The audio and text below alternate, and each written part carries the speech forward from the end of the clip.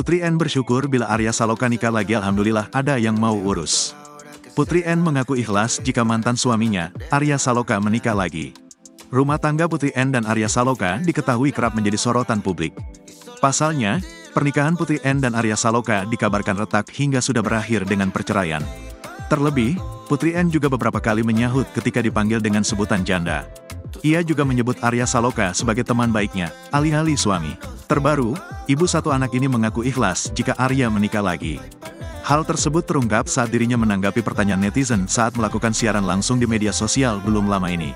Ikhlas nggak? Kalau ada yang kawin lagi? Ikhlas lah. Gila lu, masa nggak ikhlas? Ikhlas lah, kata Putri N dalam tayangan yang diunggah akun TikTok @batleon, dikutip Senin, tanggal 22 April tahun 2024. Selain itu, N, sapaan akrabnya, juga mengaku bahagia jika pemeran Aldebaran di sinetron Ikatan Cinta itu benar-benar menikah lagi. Dengan begitu, ada yang Arya Saloka bisa menjadi lebih terurus. Alhamdulillah ada yang mau ngurus. Aku ikhlas loh kak, baguslah. Aku bahagia buat temanku, tutur Putri N. Dia kan temanku, aku bahagia buat temanku. Kalau temanku bisa dapat yang baik, alhamdulillah, sambungnya.